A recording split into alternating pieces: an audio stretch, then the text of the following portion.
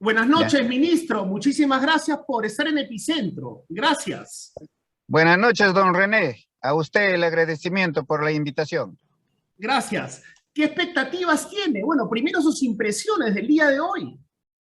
Bueno, mis impresiones son que lamentablemente en el Perú el nivel de la política ha bajado mucho, demasiado. Hay un pequeño grupo de congresistas, un sector de congresistas, no, para quienes insultar le es muy fácil. Calificar a las personas sin ninguna prueba le es extraordinariamente fácil. Entonces eso nos da a entender que tenemos un Congreso que realmente da miedo, da temor. ¿Cómo va a legislar así en función del interés general? Además está lleno de odios, ¿no? Por haber perdido la elección, sin darse cuenta que son los seguidores de uno de los 6 corruptos más grandes del mundo. Pero esa es nuestra realidad. Felizmente son en número pequeño.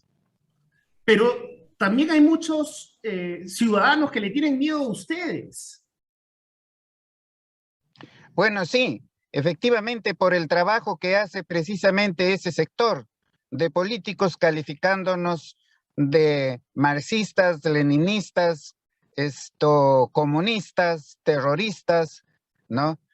Nosotros hemos dado suficientes muestras de que no existe nada de eso. Y es más, el discurso de Bellido está todo encaminado dentro del marco de una economía social de mercado que consagra la Constitución, que se regía solamente por la oferta y la demanda.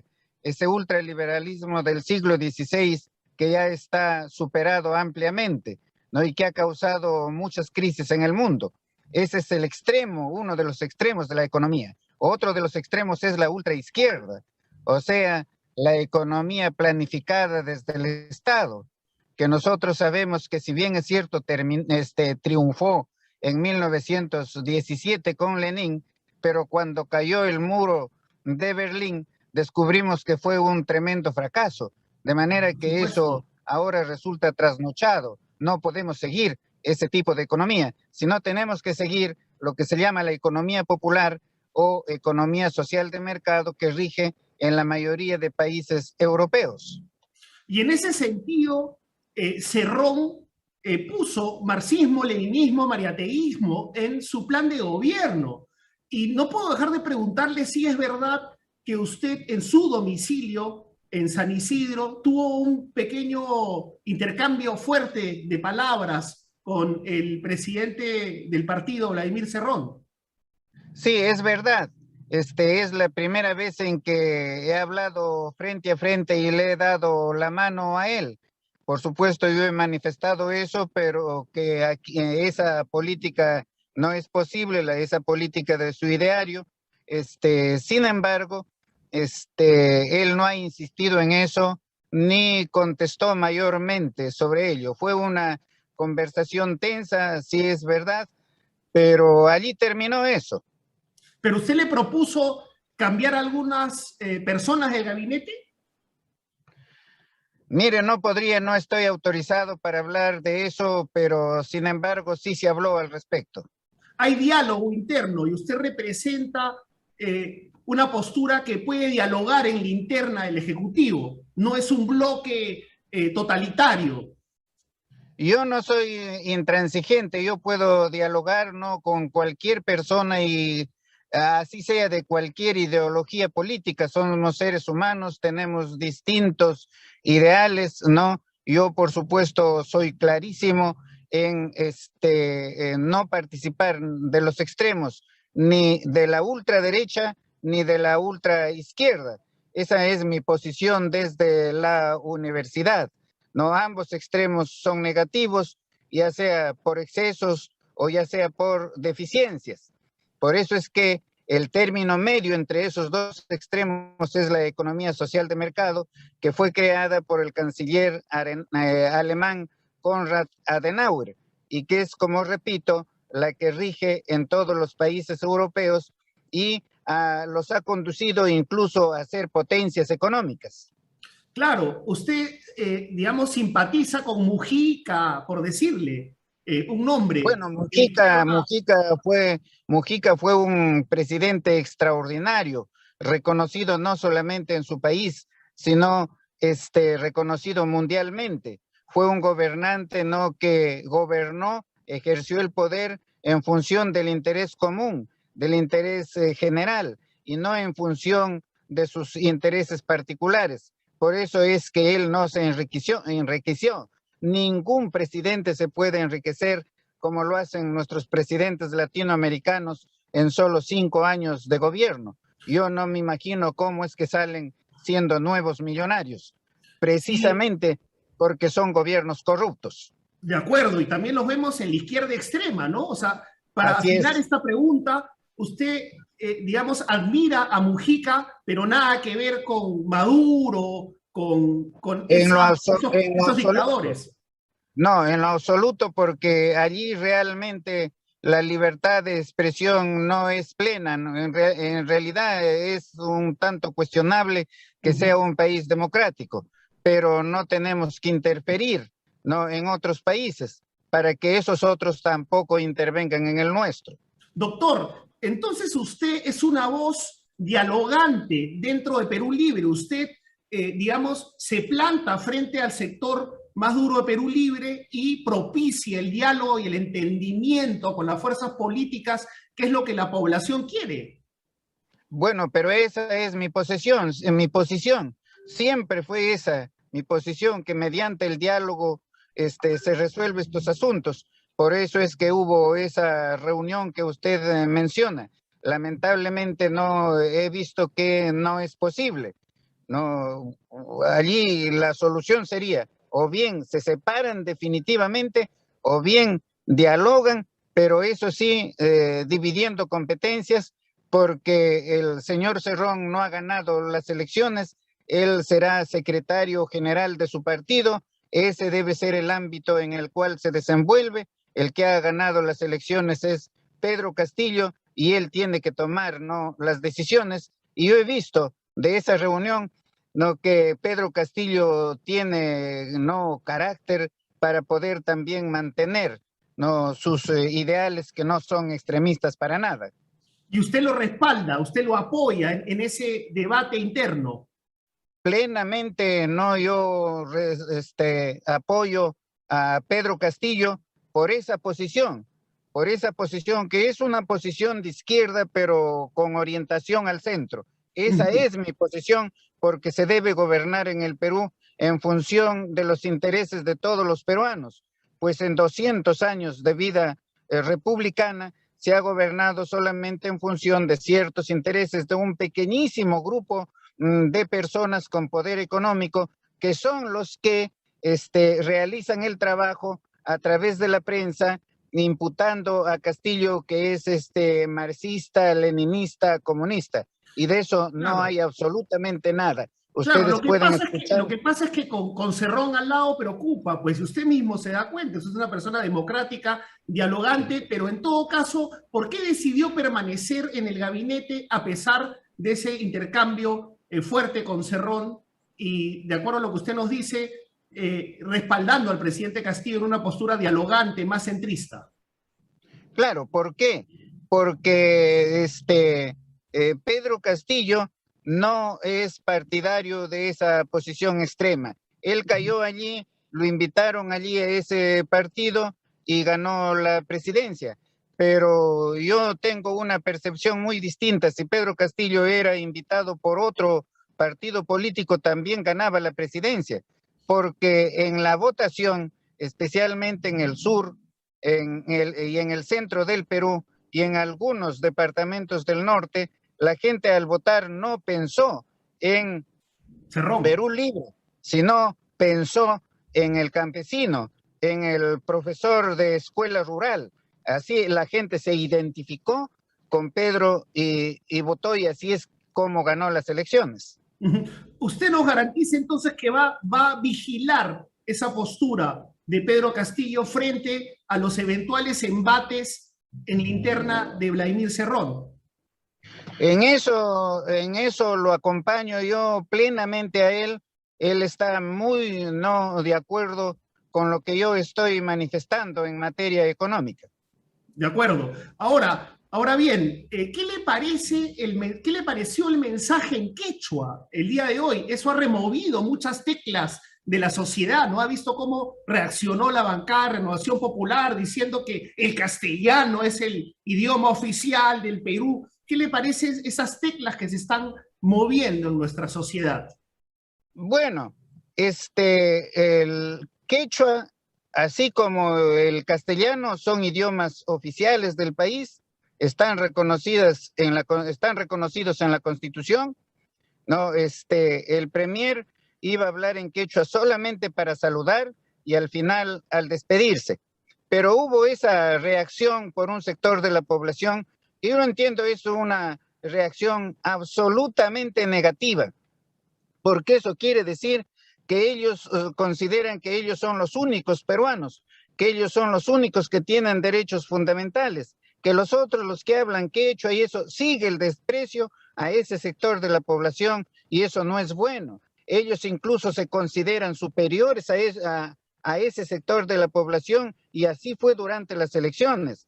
Pero de una vez hay que entender en el Perú, aquel que tiene complejos de superioridad o de inferioridad, sea quien sea, es una persona asquerosa, es una persona repugnante. No, ningún ser humano se puede considerar ni inferior ni superior al otro. No porque es leído, un poquito leído, ya se cree ya que es superior que los demás. Todos somos seres humanos y si los demás no pueden expresarse, se expresan así como se expresan, es porque el Estado nunca se preocupó por darle una educación de calidad para convertirlos en personas con mayores aptitudes para poder desempeñarse en la vida. Por supuesto, y es interesante lo que usted plantea, porque en lo personal también me he decepcionado muchísimo de las reacciones y qué bueno que se haya puesto ese tema sobre el tapete a pesar de que lo que dicen es que la discusión está ahora respecto al quechua y no a los temas de fondo. Exacto, sí, era, ¿qué significaba eso? Saludar, ¿no? En quechua, que es un saludo también a los pueblos originarios, ¿no? Y todo el resto del discurso tenía que ser en castellano, no iba a ser en quechua. Y luego al despedirse también, ¿no? Iba a ser lo mismo. Y todos sabían que ese era el modo en que se iba a actuar, pero ellos Pero dice María reaccionaron. del Carmen Alba que habían acordado que no. No, no, no, no, no, no, no, no es que hayan acordado que no pueda saludar en quechua, no. Tal es así que después siguieron los otros saludando en quechua. Ok. Sí. La otra pregunta, ministro, ¿qué cree que va a pasar mañana? ¿Qué pasa si no les dan... Primero, ¿qué cree que va a pasar mañana? ¿Les van a dar la confianza o no les van a dar la confianza? Por lo que he visto ahora, sí es posible que den la confianza. Yo pensaba en forma diferente, que no nos van a dar la confianza, ¿no? Pero ahora veo que hay bastantes posibilidades porque hay el apoyo de prácticamente, creo, la totalidad de Acción Popular y de una buena parte de Alianza para el Progreso. De manera que es posible, pero si no nos dan la confianza, es lo mismo. Pedro tendrá que inmediatamente armar su gabinete y con otras personas se continuará realizando el trabajo que venimos realizando. Por ejemplo, en materia de justicia, estamos trabajando intensamente en los penales porque son verdaderos centros de corrupción y estamos combatiendo eso, la corrupción. Nada es imposible. Es posible, es riesgoso, sí, es riesgoso, no, pero uno acepta un cargo precisamente no corriendo el riesgo y asumiendo responsabilidades. Por ejemplo, en el caso Vladimiro Montesinos, lo hemos tenido que sacar de la Marina para llevarlo a Ancón 1, con mayores seguridades, plenas seguridades. Pero ¿qué dicen algunos? Que eso va a ser más inseguro que en la Marina, solamente porque se les ocurre, porque es una prisión civil. No hay que tener ese complejo de inferioridad que no podemos. Eso es lo que veo yo en ciertos políticos que tienen ese complejo de inferioridad y dicen no se puede, no se puede, no se puede. Sí se puede, señor. Sea Usted en una garantiza, cárcel usted militar, garantiza que se van a sea en una mantener. cárcel civil, no. ¿Y Así es, qué va a pasar con los... plenamente. ¿Por qué? Porque qué es va, una prisión allí de una habitación de 2 por 3, con 2 horas de salida al patio, sin comunicación con los demás, sin ninguna comunicación, no con mediante teléfono al exterior, pero sí con comunicación epistolar. Pero las epístolas, o sea, las cartas están tienen que ser permitidas, revisadas están por el permitidas, personal ministro, del claro, pero INPE para que puedan salir. ¿y qué va a pasar con los presos del MRTA y Sendero Luminoso? Porque en esta polarización dicen que los van a favorecer, digamos, la derecha extrema siempre los va a tratar de vincular con Sendero Luminoso, y usted sabe a lo que me refiero. ¿Qué va a pasar Sí. con los presos sentenciados por terrorismo?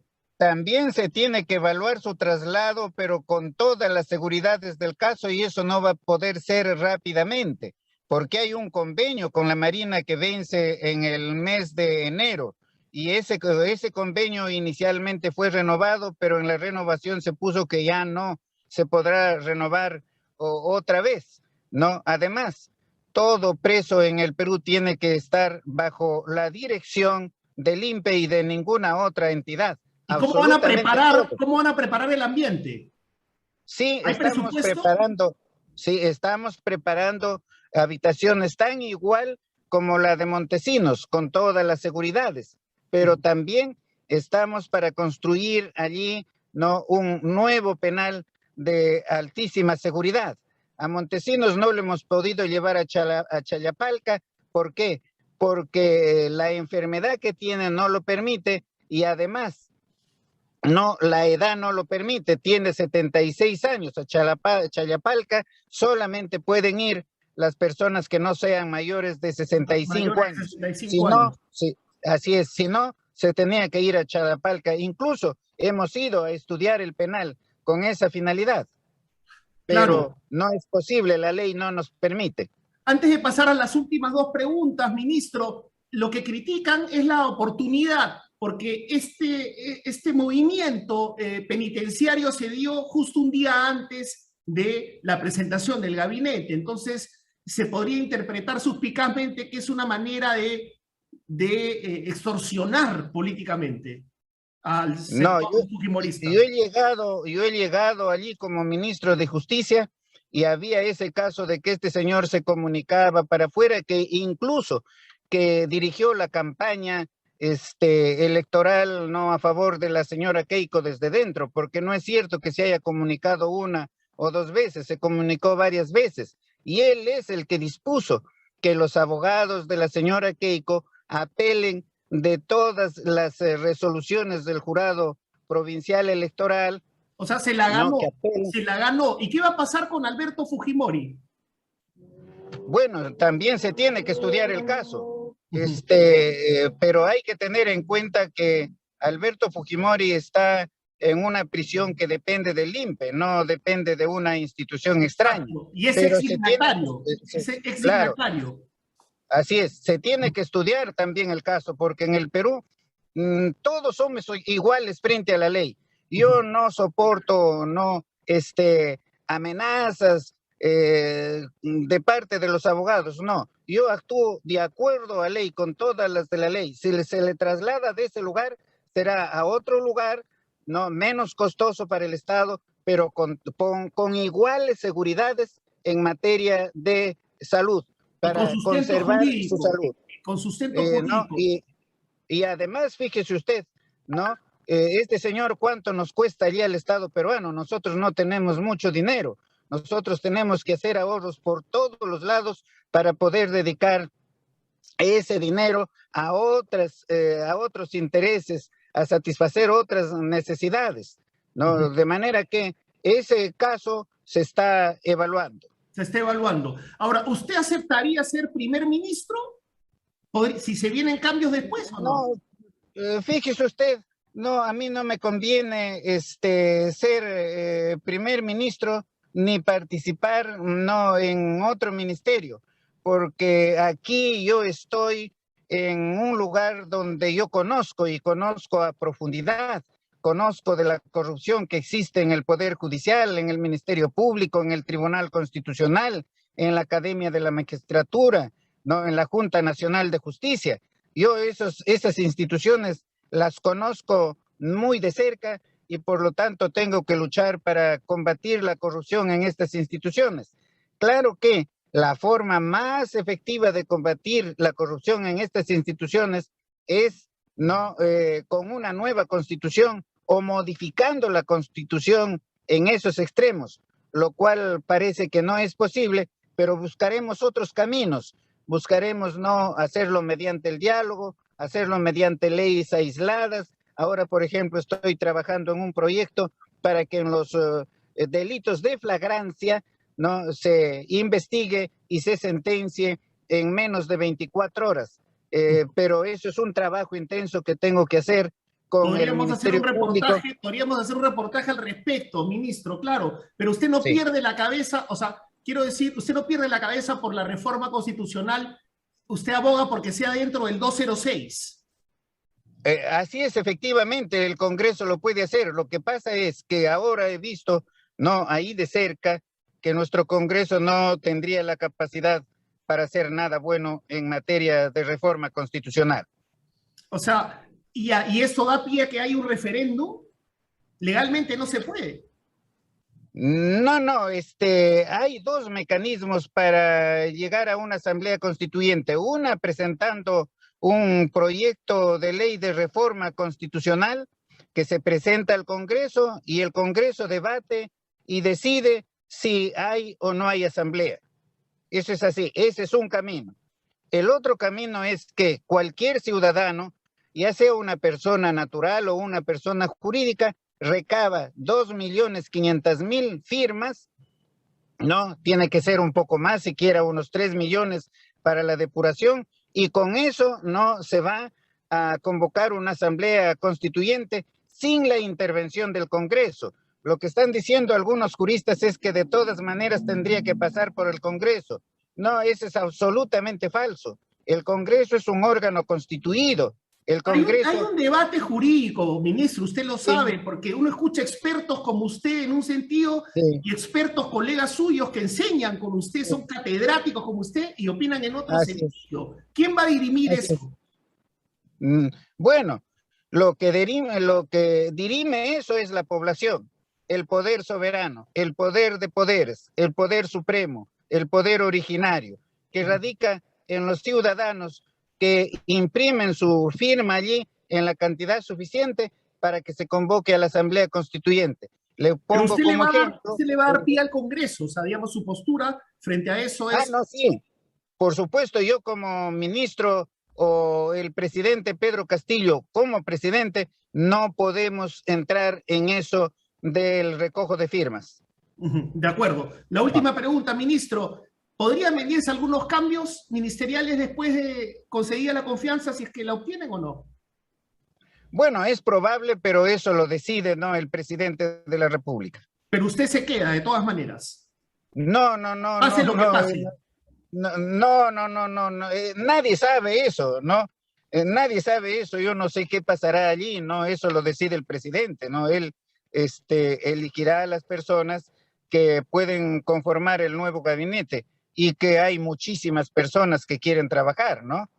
Claro, pero Y es que que es muy tienen igual o mejor capacidad. que quieren aportar. Pero si Cerrón gana la partida, ¿usted qué va a hacer? Y no, eso es imposible, ¿no? Y si Cerrón gana la partida, ¿por qué voy a permanecer yo allí? No habría ninguna razón. ¿Es imposible que permanezca o es imposible que gane la partida?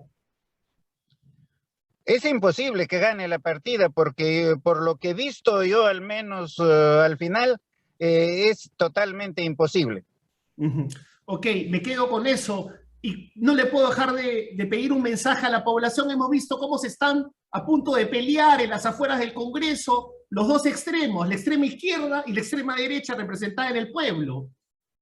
Y yo lo que le pediría, ¿no?, a la población, a estos grupos que se están enfrentando allí, que tomen las cosas con calma, que en esta oportunidad ha ganado la izquierda, probablemente el 2026 pueden ganar ellos. Y entonces no les gustaría que los otros no los dejen gobernar. No, hay que conservar la calma. Aquí nadie se va a ir a los extremos. Es absolutamente falso de que se pueda instalar aquí un gobierno chavista, un gobierno comunista. Eso es absolutamente falso.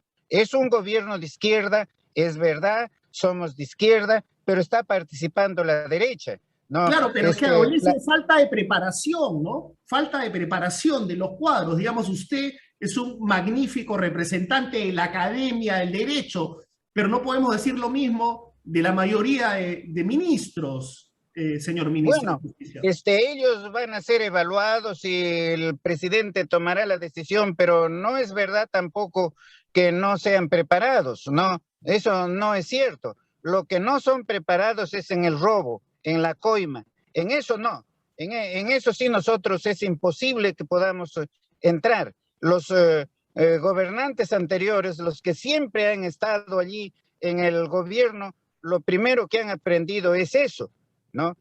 Tal es así que tenemos el país que tenemos, porque no podría ser que tengamos una sociedad como la nuestra con una pobreza extrema de grandes sectores de la sociedad.